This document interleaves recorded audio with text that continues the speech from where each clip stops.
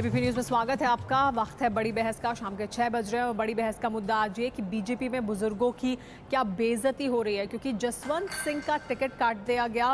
वो बाड़मेर से चुनाव लड़ना चाहते थे, उन्हें टिकट न देकर कुछ ही दिन पहले बीजेपी में शामिल हुए कांग्रेस पार्टी के 3 बार के सांसद को टिकट दे दिया गया बाड़मेर से। इसके अलावा मुरली मनोहर जोशी के टिकट को लेकर भी काफी विवाद हुआ था, उनकी सीट भी बदली गई थी। तो क्या बुजुर्गों की बेइज्जती हो रही है बीजेपी में? क्या बीजेपी में बुजुर्गों की बेइज्जती हो रही है? इस सवाल के तमाम पहलुओं की पड़ताल से पहले बीजेपी के 3 वरिष्ठतम चेहरों पर नजर डालिए। लाल कृष्ण आडवाणी, मुरली मनोहर जोशी और जसवंत सिंह। हमारे सामने चुनौती जो है वह असली बीजेपी और नकली बीजेपी के बीच है, और इस असली और नकली का जो अंतर है वह मैं निर्णय नहीं करूंगा, वह जनता ही निर्णय कर सकती है। अपने गृहनगर बाड़मेर से आखिरी बार चुनाव लड़ने की ख्वाहिश जताई थी 82 साल के जसवंत सिंह ने, लेकिन उनकी मांग को ठंडे बस्ते में डाल दिया गया। बीजेपी ने जसवंत सिंह की बजाय 3 बार कांग्रेस के सांसद रहे और महज 3 दिन पहले बीजेपी में शामिल हुए कर्नल सोनाराम चौधरी को टिकट थमा दिया। जब मोदी की लहर है तो फिर बीजेपी दल बदल को क्यों बढ़ावा दे रही है और दल बदलुओं को क्यों टिकट दे रही है? बीजेपी के प्रति समर्पित नेताओं का क्या हुआ? क्या मोदी बीजेपी और आरएसएस से बड़े हो गए हैं? यही सवाल उस वक्त भी खड़ा हुआ था जब आडवाणी की इच्छा को दरकिनार करके उन्हें भोपाल की बजाय गांधीनगर से टिकट दिया गया और मुरली मनोहर जोशी को उनकी मर्जी के खिलाफ वाराणसी से कानपुर शिफ्ट किया गया। लेकिन जसवंत सिंह के मामले में तो पार्टी ने उनका टिकट ही गोल कर दिया। मैं समझता हूं किसी की प्रतिष्ठा और किसी के सम्मान का मूल्यांकन केवल टिकट के आधार पर नहीं किया जाना चाहिए। इन सब सारी चीजों से श्री जसवंत सिंह जी पूरी तरह से परे हैं और भारतीय जनता पार्टी निश्चित रूप से उनकी योग्यता, उनकी क्षमता, उनकी प्रतिभा का पूरा सदुपयोग करेगी। गौर करने वाली बात है कि राजनाथ सिंह को लखनऊ से लड़ाने के लिए बीजेपी के एक और वरिष्ठ नेता लालजी टंडन को किनारे किया गया है, लेकिन बीजेपी के नए नेतृत्व के साथ साथ आरएसएस को भी इसमें कुछ गलत नजर नहीं आ रहा है। हमारे यहाँ दिक्कत यह है सबसे बड़ी हमारे पूरे देश में कि व्यक्ति को विशेषता जो सामाजिक क्षेत्र में है, राजकीय क्षेत्र में है, प्रसिद्धि में है, उनको ऐसा लगता है कि मेरा युग समाप्त नहीं हुआ, जब तक मैं हूं तब तक दुनिया है। इसलिए वो वहां से निवृत्त होने की बात नहीं करते, सोच भी नहीं सकते। जबकि ये होना चाहिए था कि एक विशिष्ट आयु के बाद में वो स्वयं होकर कहते कि मैं सक्रिय राजनीति में अब हिस्सा लेना नहीं चाहता हूं। और इसी अहम मुद्दे पर जिस पर हम चर्चा करने वाले हैं, कुछ अहम सवाल भी हम आपके सामने रख रहे हैं जिनके जवाब हम तलाशने की कोशिश करेंगे इस चर्चा के दौरान। बीजेपी में बुजुर्गों की क्या बेइज्जती हो रही है, ये बड़ा सवाल है। इसके बाद बुजुर्गों के टिकट क्यों काटे, उनकी सीट आखिर क्यों बदली गई? जो इतने वरिष्ठ नेता थे, क्या पार्टी में सिर्फ मोदी की ही चलती है? ये एक बड़ा सवाल है। इन सभी सवालों के जवाब हम तलाशने की कोशिश करेंगे। हमारे साथ मेहमान जुड़ गए हैं। हमारे साथ बीजेपी से नलिन कोहली मौजूद हैं। नलिन, आपसे मेरा सवाल, बीजेपी में इस तरह से अनदेखी क्यों की जा रही है? क्या बुजुर्गों की बेइज्जती हो रही है बीजेपी में? जी।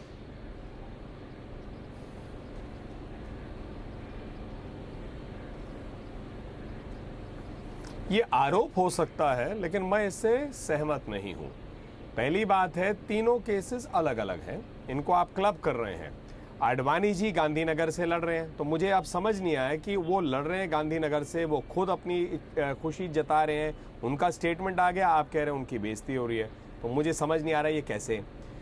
मुरली मनोहर जोशी जी लड़ रहे हैं कानपुर से, वो भी आखिर लड़ रहे हैं। अब हमारी कलेक्टिव लीडरशिप और किसी राजनीतिक तर्कों पे कोई सीट बदलाव हुआ, ये पहली बार तो नहीं है कि पार्टी में कोई सीट बदलाव हो रहा है, ना आखिरी बार है, और ना ही शायद इस देश में कोई ऐसी पॉलिटिकल पार्टी होगी जहां नहीं होता है। अब आफ्टर ऑल पॉलिटिक्स में बहुत कुछ, या राजनीति या जब आप रणनीति बनाते हैं बहुत कुछ हो सकते हैं, यहाँ से वहां से अगर लोग भी जता रहे, तो ये मैं दो अलग है। अब आइए आज के मुद्दे पे, जसवंत जी पे, उस पे हमारे, मैं एक एक करके तीनों का स्पष्ट कर देता हूँ। हाँ बोलिए मैम। नहीं बोलिए, आप बोलिए। नहीं आप बोल रहे हैं कुछ, मैं रुक गया फिर। नहीं बोलिए, आप जसवंत जी के बारे में बोल रहे हैं आप। हाँ, अब आइए जसवंत जी के केस पे। राजनाथ सिंह जी ने बड़े स्पष्ट रूप से, हाँ राजनाथ जी ने बड़े स्पष्ट रूप से कहा, किसी भी व्यक्ति के सम्मान या प्रतिष्ठा का मूल्यांकन सीटों के आधार पे नहीं हो सकता। जसवंत जी वरिष्ठ हमारे हैं, सीनियर हैं, इस बात को लगातार हम सब कहते जा रहे हैं। ठीक है। आज जेटली जी ने भी कहा एवोल्यूशनरी प्रोसेस है, कई बार सीट्स नहीं हो पाती, कई कारण हो सकते हैं, इसमें किसी की प्रतिष्ठा को लेकर सवाल नहीं उठता। तो इसको सीधा एक बिल्कुल एंड पे ले जाना, और मैं इसको साथ ही साथ कह रहा हूं, जब कांग्रेस पार्टी हो, आम आदमी पार्टी हो, भाई अन्ना हजारे जी का सम्मान कितना मिल रहा है हमने देख लिया। गोपाल जी और उनके बीच तो वो तो साथ ही थे एक पैनल पे, मतलब स्टेज पे। सीताराम केसरी जी का उदाहरण हमारे सामने है, और स्वयं हमारे बुजुर्ग प्रधानमंत्री जी का है, जहां उनके कैबिनेट के डिसीजन को युवा नेता राहुल गांधी जी ने फाड़ दिया कूड़े के डब्बे में। ये तर्क काम नहीं करता है। आराम से अगर आप देखेंगे तो हमारे यहाँ ऐसी कोई बात नहीं हो रही कि बुजुर्गों के साथ हम करें, अलग पार्टियों में है कि वो वैसा करते हैं तो क्या आप भी वैसा करेंगे? अगर आप उनको कह रहे हैं कि वो ऐसा करते हैं तो क्या आप ऐसा करेंगे? आप भी उनके जैसे होंगे क्या? आप तो अलग पार्टी है ना, आप तो अलग। नहीं, मैंने ऐसा कहा नहीं, मैं ये कह रहा हूं हमने ये ना मैंने ऐसा नहीं कहा। हमने कुर्सी पे किसी को आज तक उठाया नहीं। हमने सीताराम केसरी जी को जैसे कुर्सी पे ऐसा कोई कभी आपने भाजपा में देखा होते हुए? मैं तो स्पष्ट रूप से कह रहा हूँ, दोनों अलग उदाहरण है। हमारे यहाँ कोई ऐसे बुजुर्गों की, जसवंत जी कह रहे हैं असली और नकली बीजेपी में लड़ाई। मैडम कुर्सी कोई नहीं देता, जनता देती है। आपका प्रश्न अच्छा है सुमेरा जी, पर कुर्सी ना उसका भी जवाब दे देता हूँ। पर जहां तक कुर्सी की बात आप जो कर रहे हैं, कुर्सी कोई व्यक्ति नहीं देता, जनता देती है, वो एक अलग विषय है।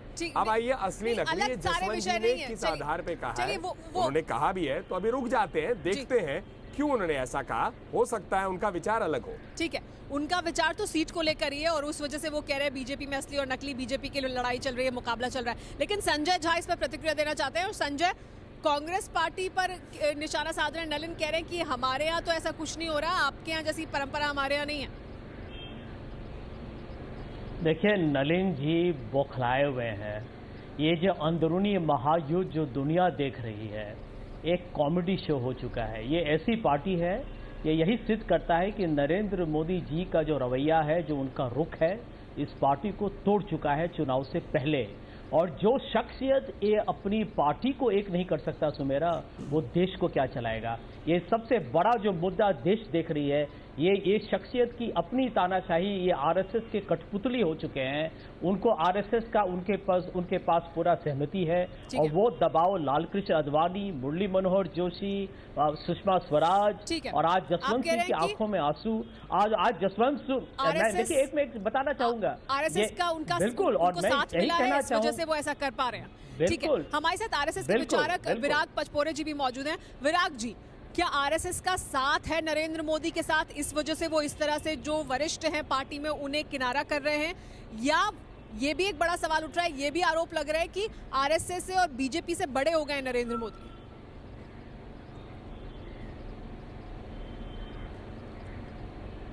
मुझे लगता है कि दोनों भी बातें जो है वो ठीक नहीं है। इसका एक कारण ऐसा है कि आरएसएस और बीजेपी ये दोनों अलग अलग संस्थाएं हैं, संगठन हैं, और उनके अपने अपने कार्य करने की एक पद्धति है, उसके अनुसार काम करते हैं। ये बात सही है कि आरएसएस की विचारधारा से ताल्लुक रखने वाले बहुत सारे लोग बीजेपी में हैं जी, और उनकी आपस में सलाह मशविरा होती है, यहाँ तक ठीक है। निर्णय लेने का जो काम है वो बीजेपी अपना करती है, आरएसएस अपना करती है। दोनों के बीच में निर्णय के लेवल पे कोई किसी का दबाव है ऐसा मुझे नहीं लगता। आरएसएस तो कदम कदम पर बीजेपी को रास्ता दिखा रही है। रास्ता दिखाने में कौन सी गलती है? मतलब आप मान रहे हैं ना, इस चुनाव में कदम कदम पर जब मुश्किल में पड़ रहे हैं, लालकृष्ण आडवाणी नाराज हुए, लालकृष्ण आडवाणी नाराज हुए, तो उनको मनाने के लिए आरएसएस को बीच में आना पड़ा, वो रास्ता निकालने के लिए आरएसएस को बीच में आना पड़ा। देखिए, ऐसा है कि रास्ता निकालना, उनको एक दूसरे की मदद करना, ये बहुत स्वाभाविक है, इसमें कोई गलत है ऐसा मैं नहीं मानता हूँ। ठीक। रही बात बड़े लोगों के गुस्से की, नाराजगी की, तो मैंने कहा है कि ये जो बड़े लोग हैं, इन्होंने विचार करना चाहिए कि अब हमारी इनिंग खत्म हो रही है। ठीक। इसलिए इन सारे झमेले में न पड़ते हुए पार्टी के सलाहकार के रूप में हम काम कर सकते हैं कि नहीं कर सकते हैं? उसको क्यों नहीं कर रहे? उसमें उनकी प्रतिष्ठा कम हो रही क्या? सीट नहीं मिली इसलिए प्रतिष्ठा कम हुई, ऐसा मानना तो बड़ा गलत होगा, ऐसा मुझे लगता है। तो आप क्या आरएसएस का यही पक्ष है जो विराग जी कह रहे हैं कि तो इसलिए आप सलाहकार आरएसएस की भूमिका कुछ में आना इंटरवीन करेगा,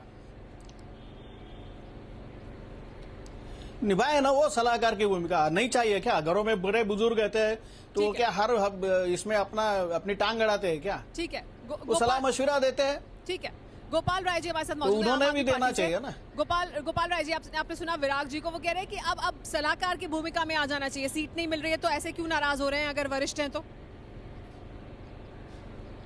देखिए, जो बात अभी कह रहे हैं, मुझे लगता है कि इसके 3 पहलू हैं। एक पहलू तो ये है कि मोदी जी के आने के बाद जो पार्टी के अंदर माहौल बना है, सबसे बेहतर यही होता कि ये सारे सीनियर लोग वक्त की नजाकत को समझ करके और ससम्मान अपनी विदाई के रास्ते को निकाल लेते, लेकिन वो नहीं हुआ।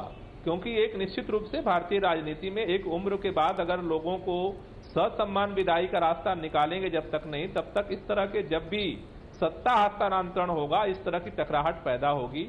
और मैंने पहले भी कहा था कि ये एक पीएम इन वेटिंग से दूसरे पीएम इन वेटिंग के सत्ता हस्तांतरण के बीच की जद्दोजहद चल रही है। तीसरी बात जो मैं ये कहना चाहता हूं कि कुल मिलाकर के भारतीय जनता पार्टी कैसे एनालाइज कर रही है, आरएसएस कैसे कर रही है, मैं नहीं जानता, लेकिन ओवरऑल जो उनकी जो रणनीतिक चुनाव प्रचार का अभियान बढ़ा था, उससे समाज के उनके समर्थकों के बीच में भी एक द्वंद्व पैदा हुआ है और वो उसको इग्नोर करें वो उनकी मर्जी है, लेकिन उनके समर्थकों के बीच में भी ये प्रश्न पैदा हुआ है कि आखिर ऐसा क्यों किया जा रहा है। बीजेपी से हमारे साथ नलिन कोहली मौजूद है। नलिन, आपने अभी सुना विराग जी को, क्या आप मानते हैं ऐसा ही, क्या बीजेपी में भी यही सोच है कि अब उन्हें किनारे हो जाना चाहिए, अब सलाहकार की भूमिका में आ जाना चाहिए, टिकट नहीं मिला तो नाराज क्यों हो रहे हैं?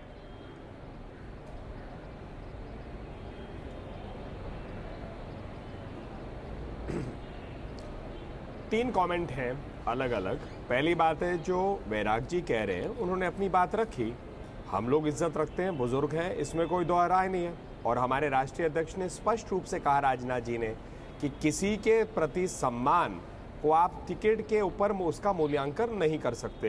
हाँ। तो दूसरी बात है आरएसएस को लेके जो हर बार प्रश्न उठाते हैं, चाहे कांग्रेस हो अन्य लोग हो, भाई आरएसएस एक सोशल संस्था, हम लगातार कहते हैं, एक वो राष्ट्रीय संस्था है, और यदि इस विचारों के ऊपर में कोई बातचीत हो या कोई सुझाव आए तो सुझाव तो आपसे भी आ सकता है, इसमें कौन सी दिक्कत है। जो बात संजय झा हमेशा कोशिश करेंगे कांग्रेस से कहने के लिए कि हाई कमांड है, मेरा सवाल आपसे हाई कमांड कल्चर बेसिकली उन पार्टियों में जहां पर एक परिवार है, क्या उससे आप सही मानते हैं, या व्यक्ति विशेष, तो कंपैरिजन करना गलत है।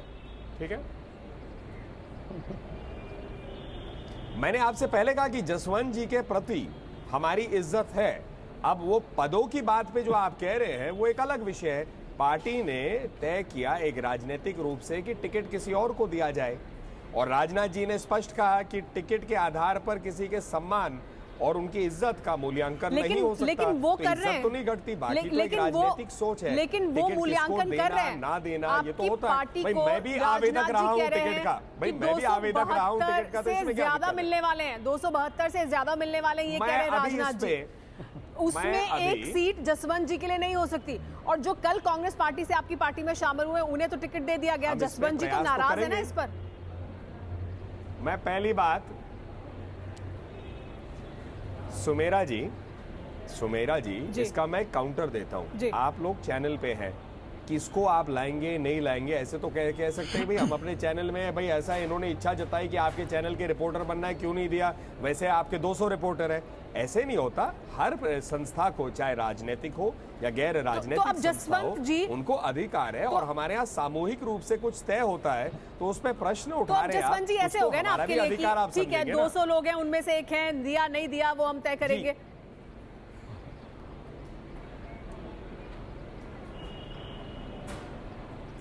अच्छा एक बात बताइए, मैं इसका काउंटर क्वेश्चन एक अलग रूप से पूछता हूं। लगभग 300 के करीब सीटों हमने घोषित कर दिया है, और पूरी चर्चा जो है उसमें एट द मोस्ट 5, 7, 8 सीटों की चर्चा है। 250 से ऊपर सीट है, उस पर तो चर्चा नहीं हो रही। अगर लोग हमारे साथ जुड़ गए तो 15 एक सीट हो जाएंगे मुश्किल से, 220 हो जाएंगे अपर लिमिट, जिसपे आप कह सकते हैं कुछ विवाद, ठीक है। जो आप बुलाते विवाद, तो 240-50 सीटों पे इतना बढ़िया चल रहा है, उसकी आपको लगता नहीं तो 272 का आपकी आंकड़ा पार्टी में कुल मिला के लाल इसीलिए कृष्ण होगा आडवाणी, जब पूरी एक जसवंत राजनीतिक जी, सोच करके मुरली मनोहर उसपे जोशी, आइडिया होगा भाई कौन एक विनिंग वो कैंडिडेट आपकी हो पार्टी सकते के, हैं, आपकी पार्टी में की टॉप कौन जुड़ रहे लीडरशिप हैं। है नलिन, वो आपकी पार्टी की टॉप लीडरशिप है, मुरली मनोहर जोशी हो, जसवंत सिंह हो या लाल कृष्ण आडवाणी हो, वो अगर नाराज होंगे तो या मैंने उनके आपको टिकटों को कार्यक्रम लेकर के कोई पहले विवाद ही शुरू होगा में कहा, तो उसके बारे में तो बात होगी। मैंने कार्यक्रम के बिल्कुल शुरू में कहा। हमारे साथ कांग्रेस पार्टी से संजय झा मौजूद है, कांग्रेस पार्टी के प्रवक्ता। संजय, लेकिन आपने नलिन को अभी सुना, उनका ये कहना है कि आपको क्यों इतनी चिंता हो रही है कि उनके घर में क्या हो रहा है। वो कह रहे हैं उनके घर में सब ठीक है, बाकी इतने तमाम टिकट उन्होंने दिए हैं और ये राजनीतिक जो दाव पेच है उसके तहत टिकट लोगों को दिए जा रहे हैं। सुमेरा, देखिए, अहम बात यह है कि इस व्यक्ति नरेंद्र मोदी जी ने दुनिया के, भारत के सब लोगों को बताने की कोशिश की है कि भारत के हर समस्या का उनके पास एक जादू की छड़ी है जिसका समाधान उनके ही हाथ में है। तो उन पर गौर करना ये हमारी जिम्मेदारी है, क्योंकि हम भारत के भविष्य के बारे में बात कर रहे हैं। और आज जो बड़ा प्रश्न उठ के आ रहा है कि जो व्यक्ति अपने 56 इंच की छाती के बारे में बात करता है, यदि वो अपने ही नेताओं का, वरिष्ठ नेताओं का इज्जत नहीं करता, तो मैं समझता हूं कि बहुत ही वो कमजोर व्यक्ति है। इसीलिए आज जो भारतीय जनता पार्टी में जो टूट फूट हो रही है, ये यही सिद्ध करता है कि जो अपने पार्टी को नहीं चला सकते हैं, वो देश को तो बिल्कुल ही नहीं चला पाएंगे। और इसीलिए भाजपा का हालत जो आप देख रहे हैं, वो जो है ना, आसमान से गिरा और खजूर में अटका, वही इनका हाल है। और ये सच्चाई है। और देखिए, यहाँ पर नरेंद्र मोदी जी इतने महीनों से भारत के हर आम जनता को, युवा लोगों को कह रहे हैं कि मेरे पास हर चीज का एक हल है, और पार्टी में इतना फूट हो रहा है, यही सिद्ध करता है कि मोदी लहर ये एक बिल्कुल बनावटी, एक झूठी एक कहावत है जिसका वो ठीक है, इसका हल नहीं है मोदी के पास, या मोदी घर को अपने इकट्ठा नहीं रख पा रहे हैं। नलिन इस पर प्रतिक्रिया देना चाहते हैं। नलिन, इस सवाल का जवाब।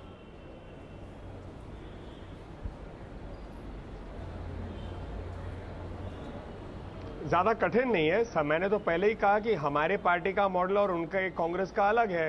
भाई वहां पर डिवाइड कर देते हैं ये सब। हमारे यहाँ तो अध्यक्ष राजनाथ सिंह जी है, मोदी जी तो हमारे प्रधानमंत्री उम्मीदवार है। मोदी जी के नाम पर इतने कंफ्यूज हो जाते हैं कांग्रेस। फिर इन्होंने लंबे लंबे बातें कही। अगर कांग्रेस का इतिहास नहीं होता ना 55 साल भारत में राजनीतिक रूप तो आप से, ये कह रहे हैं कि राजनाथ जी मोदी जी हल को कर पा रहे 56 मसले। की छाती की आवश्यकता नहीं पड़ती। मोदी इसके लिए जिम्मेदार नहीं है, आप ये कह रहे हैं। की बात तो तब करते जब देश की होगी। आखिरी बात मैं यही प्रश्न पूछना चाहता हूं कि नलिन कोहली असली भाजपा के प्रवक्ता है या नकली भाजपा के प्रवक्ता है? यही तो इनके राहुल गांधी जी को असली भाजपा के प्रवक्ता है या नकली भाजपा के प्रवक्ता है? पहले ये बताइए। जसवंत सिंह जी को इज्जत तो कीजिए कम से कम। आप नकली भाजपा के प्रवक्ता है या असली भाजपा के प्रवक्ता हैं? पहले ये तो सफाई दीजिए सर। नहीं, मैं जवाब दे देता हूं भाई संजय भाई। नकली संजय भाई, मैं तो इसीलिए मुझे हर डिबेट में आजकल मजा आता है कि कांग्रेस पार्टी आशा ढूंढती है मोदी जी के ऊपर, अपने किए 10 साल के कामों को के ऊपर कोई आशा नहीं है।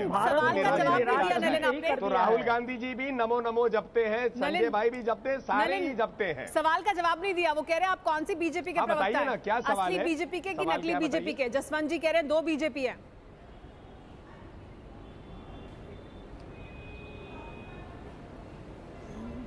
यही सवाल मैं संजय जी को बड़ा अजीब सा सवाल है। मैं यहाँ बैठा हूँ, आप क्या कोई नकली बीजेपी के प्रवक्ता को बुलाते?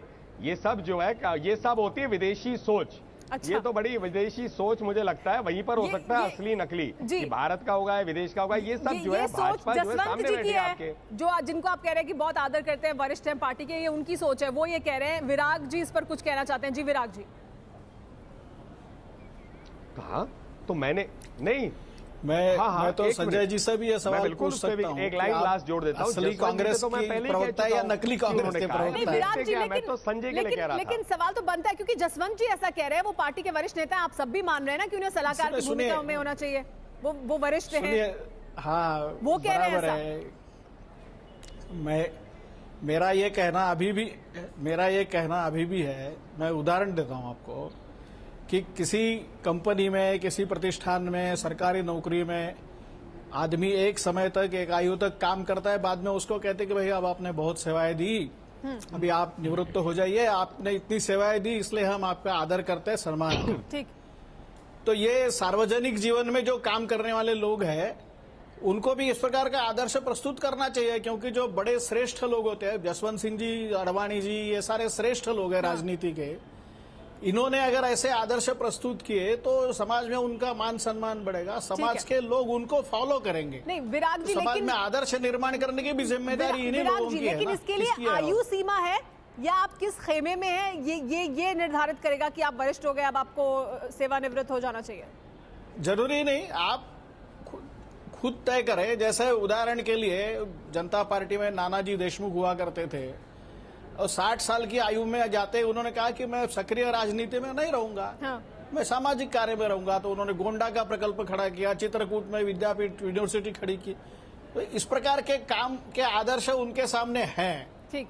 तो इसलिए हमारा तो ये मानना है कि जो बड़े बुजुर्ग है उनकी बड़ी इज्जत है, पार्टी में होती भी है, ठीक, और आज भी हो रही है, किसी की बेइज्जत नहीं है। उनका अनुभव है, उस अनुभव का फायदा अपने जूनियर्स को, अपने साथ में जो आए हैं उनको देना चाहिए। एक आदमी तो परमानेंट नहीं रह सकता है ना। ठीक है गोपाल राय जी, आप आदमी तो बदलता है, आप मानते हैं और कि बदलना भी चाहिए। ये सब कुछ इस वजह से हो रहा है, या जो संजय कह रहे हैं आपको लगता है वो वजह है कि नरेंद्र मोदी अपने घर को ही इकट्ठा नहीं रख पा रहे हैं? देखिए, ये बात सर्वविदित है। नरेंद्र मोदी जी की जो चिंतन प्रक्रिया है उसमें एक तानाशाही प्रक्रिया रही है। गुजरात के अंदर भी जब समस्याएं पैदा हुई तो विपक्ष को या विरोध को समाप्त कर दिया जाए, इस चिंतन प्रक्रिया के व्यक्ति वो हैं, और वो आज से नहीं है, वो पहले से वो लक्षण दिखते रहे हैं। भारतीय जनता पार्टी के अंदर मसला देखिए, भाजपा के लोगों के लिए केवल जसवंत जी का नहीं है, केवल आडवाणी जी का नहीं है, केवल मुरली मनोहर का नहीं है, केवल लालजी टंडन का नहीं है। ऐसे हजारों कार्यकर्ता हैं भाजपा के अंदर जिन्होंने पार्टी को खड़ा किया है, गांवों में, कस्बों में, शहरों में, जिलों में, प्रदेशों में। उनके अंदर भी एक दहशत पैदा हुई है कि क्या मोदी राज के बाद हमारा कोई अस्तित्व बचेगा या उठा के फेंक दिए जाएंगे। पता नहीं ये सारा चर्चा इन साथियों तक पहुंच रही है या नहीं पहुंच रही है, मुझे नहीं पता, लेकिन ये एक डर, पूरे दहशत पैदा हुई है भाजपा के अंदर। देश में जो है वो तो अलग मसला है, इसी तरह से समाज के विभिन्न हिस्से के अंदर भी डर है कि मोदी क्या इसी तरह की कार्रवाई करेंगे देश में सत्ता संभालने के बाद। चर्चा को आगे बढ़ाएं उससे पहले इरफान का कार्टून इस मुद्दे पर देख लीजिए। नरेंद्र मोदी दिखाई दे रहे हैं, क्रेन लेकर जा रहे हैं, ओनली फॉर सीनियर सिटीजन, और जो गाड़ी है उसमें मुरली मनोहर जोशी, लालकृष्ण आडवाणी और जसवंत सिंह हैं जिनको क्रेन ले जा रही है। और इसी मुद्दे पर बात करने के लिए हमारे साथ सभी मेहमान बने हुए हैं। नलिन हमारे साथ मौजूद हैं बीजेपी से। नलिन, आप प्रतिक्रिया देना चाहते थे जो कहा जा रहा था आम आदमी पार्टी और कांग्रेस पार्टी की तरफ से, लेकिन बड़ा सवाल ये कि क्या अब, जैसा कि विराग जी कह रहे हैं, आरएसएस की तरफ से कहा जा रहा है, क्या इस युग का अंत हो गया है? क्या लालकृष्ण आडवाणी युग का अंत हो गया है?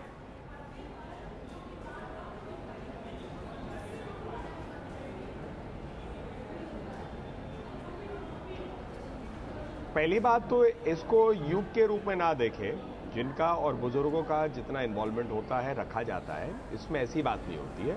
हर परिवार में, और हमारे सबके परिवार में बुजुर्ग लोग भी होते हैं, कम आयु के भी लोग होते हैं। एक परिवार रहता है जी। अब आ जाइए, दूसरे मेरी प्रतिक्रिया थी, इस देश में इस वक्त दो मॉडल चल रहे हैं। एक तरफ हमारी पार्टी, मोदी जी जो हमारे प्रधानमंत्री उम्मीदवार है, बता रही है कि 10 साल में कांग्रेस यूपीए शासनकाल कैसा रहा, और इसके सामने जो भ्रष्टाचार हुआ हो, बेरोजगारी, महंगाई, महिला सुरक्षा, ये सब जो विषय बड़े हैं, किसानों की दुर्दशा, इसको हम सामने रख रहे हैं। दूसरी तरफ कांग्रेस पार्टी टोटली, और आम आदमी पार्टी, अब पहले आम आदमी पार्टी भ्रष्टाचार विरोधी पार्टी थी, अब वो मोदी विरोधी पार्टी हो गई है। इन दोनों की भाषा जो है एक समान हो गई है। तो वो जो कहा जाता था कांग्रेस का हाथ आम आदमी के साथ, बहुत स्पष्ट हो गया है। और आखिरी मेरी टिप्पणी इतनी है कि गोपाल जी बड़ी एक विचित्र बात कह रहे थे कि लाखों करोड़ों, मतलब ये तो ऐसे फिगर्स होते हैं, पूरे देश घुमाए, सबसे मिल लिए, जो आशा की लहर सबको दिखती है, नहीं, इनके लिए निराशा की लहर है। तो उसको वो ये सवाल उठा रहे थे नलिन, जिसका आप जवाब नहीं दे रहे कि क्या बीजेपी के पुराने कार्यकर्ताओं के मन में भी ये सवाल होगा कि आप बुजुर्ग हैं, आप रहिए, आपकी जगह है, बस वहीं पर है आपकी जगह।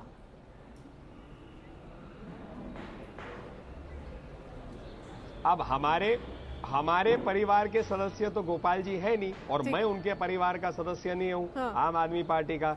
तो जाहिर है हम लोगों को ऐसी ठीक है। कोई फीडबैक मिल नहीं रही, लेकिन जब वो मोदी आप तो ये विरोधी भी हो नहीं गए मान रहे हैं कि तो नाराज उनको हैं हर चीज जसवंत गलत जी। दिखती है। आप तो ये भी वैसे नहीं मान मुझे रहे कोई कि दिक्कत नहीं जसवंत आती, जी क्योंकि नाराज झूठ हो और रहे इनकी हैं। पार्टी में हमेशा आप ही तो ये कॉमन भी नहीं बात मान रहे, क्या बीजेपी को ये भी दिखाई नहीं दे रहा, लेकिन संजय झा मैंने इस पर ऐसा प्रतिक्रिया कभी दे नहीं रहे हैं। कहा, मैंने ऐसा कभी नहीं कहा, चलिए, और ठीक इसको है। ऑन रिकॉर्ड कह रहा देखिए, हूँ। मैं नहीं, ठीक है, चलिए आप मान मैंने रहे हैं, ऐसा शुक्र है। नहीं कहा। चलिए, बहुत नहीं, अच्छी मैं बात इसको है। कह देता हूँ। चलिए, बहुत अच्छी बात है, आप मान रहे हैं, मान रहे हैं। संजय की प्रतिक्रिया ले अगर लेते हैं। होगा कोई कारण सुलझ जाएगा। अगर होगा नहीं, वजह उन्होंने बता दी है, क्या कारण है जी संजय? सुमेरा जी, मैं ये बताना चाहूंगा कि नलिन जी को ये समझना चाहिए कि भ्रष्टाचार में गुजरात डूबा हुआ है। 10 साल देर के बाद लोकायुक्ता और पुरुषोत्तम सोलंकी और बाबू भाई बुखरिया को रख के दुनिया देख चुकी है कि नरेंद्र मोदी करते क्या हैं और कहते क्या हैं, में बहुत फर्क है। और दूसरी बात, ये सच्चाई है कि आप सांप्रदायिक एक अच्छे सांप्रदायिक राजनीति के एक नमूना है, और आपका विज्ञापन अब होना चाहिए, अब की बार मोदी की हार, क्योंकि दुनिया समझ गई है कि आप लोगों ने जितनी बेबुनियाद और गलत बात करके लोगों को गुमराह करने की कोशिश की है, आपके पार्टी ही ने आपको जवाब दिया है, जनता आपको बाद में जवाब देगी। ठीक है गोपाल राय जी, लेकिन आप पर आरोप नलिन का कि अब आप भ्रष्टाचार का विरोध नहीं कर रहे, आप सिर्फ मोदी का विरोध कर रहे हैं, मोदी विरोधी पार्टी हो गया। एक वाक्य मैं फटाफट जोड़ देता हूं। हिटलर की राज और मोसोलिनी के फासिस्ट राज में जनता की अहमियत नहीं होती। आप कहां से हार तय करेंगे, जनता पे छोड़ दीजिए। ये सब सिर्फ तानाशाही हिटलर के यहाँ हुआ होगा या मोसोलिनी के फासिस्ट। आप बहुत चिंतित लग रहे हैं आज। चलिए ठीक है, नलिन जी गोपाल राय जी बड़े चिंतित लग रहे हैं। गोपाल राय की प्रतिक्रिया ले लेते हैं। गोपाल राय जी, देखिए, पहली बात यह है कि भ्रष्टाचार के खिलाफ अगर लड़ाई छोड़ना होता तो दिल्ली की सरकार हम नहीं छोड़ते। ठीक, हमने यही सवाल तो उठाया है मोदी जी के सामने कि मोदी जी इसीलिए येडियुरप्पा को ले लिया है, दिल्ली में भ्रष्टाचार इसीलिए येडियुरप्पा को ले लिया है पार्टी में। भ्रष्टाचार भ्रष्टाचार मिटाएंगे, नलिन कोहली इसीलिए नरेंद्र मोदी ने येडियुरप्पा का बुलाया है। हम यही सवाल तो उठा रहे हैं। आप जवाब दीजिए, संजय गोपाल राय बोल रहे हैं आम आदमी पार्टी से, उनकी नरेंद्र बात सुन मोदी ने लीजिए। येडियुरप्पा का बुलाया है। संजय सुन लीजिए, गोपाल राय जी बोल रहे हैं आम आदमी पार्टी से, गोपाल राय जी की बात सुन रहे हैं आप। गोपाल राय जी, नहीं, कोहली जी को बताना था कि झूठ न बोले। अच्छा चलिए ठीक है, गोपाल राय जी। देखिए, मैं यही कह रहा था कि आम आदमी पार्टी की लड़ाई भ्रष्टाचार के खिलाफ ही लड़ाई कहा झूठ बोल और वो मोदी जी से भी पूछते हैं हम वो बात, और नलिन जी से भी पूछना चाहते हैं कि मोदी जी प्रधानमंत्री बनने का जो दावा कर रहे हैं, भ्रष्टाचार मिटाने के लिए क्यों नहीं अपने उस तजुर्बे को रखना चाहते हैं जो गुजरात में उन्होंने किया है। गुजरात में चप्पे चप्पे पर भ्रष्टाचार छाया हुआ है, वो वहां लोकायुक्त बनाने के लिए नहीं तैयार होते हैं। चलिए ठीक है, आपने सवाल रखा, हमारे पास इस चर्चा के लिए भी इतना ही समय। आप सभी मेहमानों का बहुत बहुत शुक्रिया हमारे साथ इस चर्चा में जुड़ने के लिए।